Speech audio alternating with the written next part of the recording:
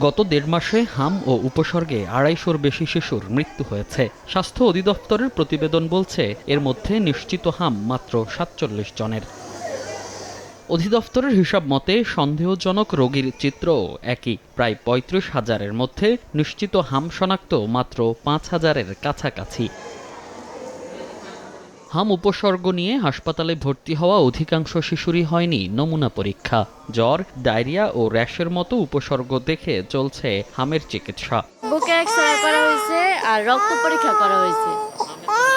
না, হামের কোনো পরীক্ষা হয়নি। পরীক্ষা নিরীক্ষা হয়েছে, সব পরীক্ষার রিপোর্টে পাইছি, কিন্তু হামের রিপোর্ট এখনো পাইনি। রক্ত জমা দিছি, রিপোর্ট দেখার পর বুঝে যাবে। ওকে টেস্ট করা হয়েছে, টেস্ট করার পরে বলা হয়েছে যে ওর হাম হয়েছে।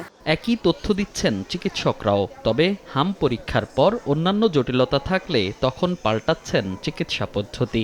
যখন একটা রোগীকে আমরা হাসপাতাল চিন্তা করে থাকি, তখনই কিন্তু আমরা তাদেরকে চিকিৎসা কিন্তু শুরু করে দিই। পরবর্তীতে কিছু কিছু রোগী দেখা যায় যে তাদেরকে একটু আমাদের হয়তো একটু সন্দেহজনক হাম, মানে এটাকে আমরা হয়তো একটু কনফিউজড।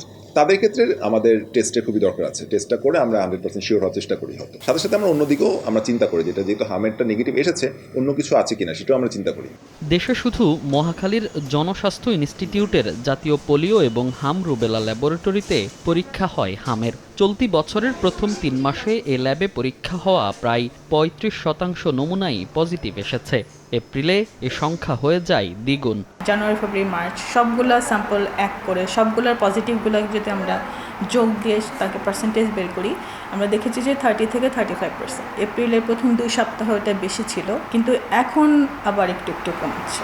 হামের নমুনা পরীক্ষার পরিধি বাড়ানোর সঙ্গে সঙ্গে প্রান্তিক পর্যায়ে চিকিৎসার বিকেন্দ্রীকরণের পরামর্শ বিশেষজ্ঞদের।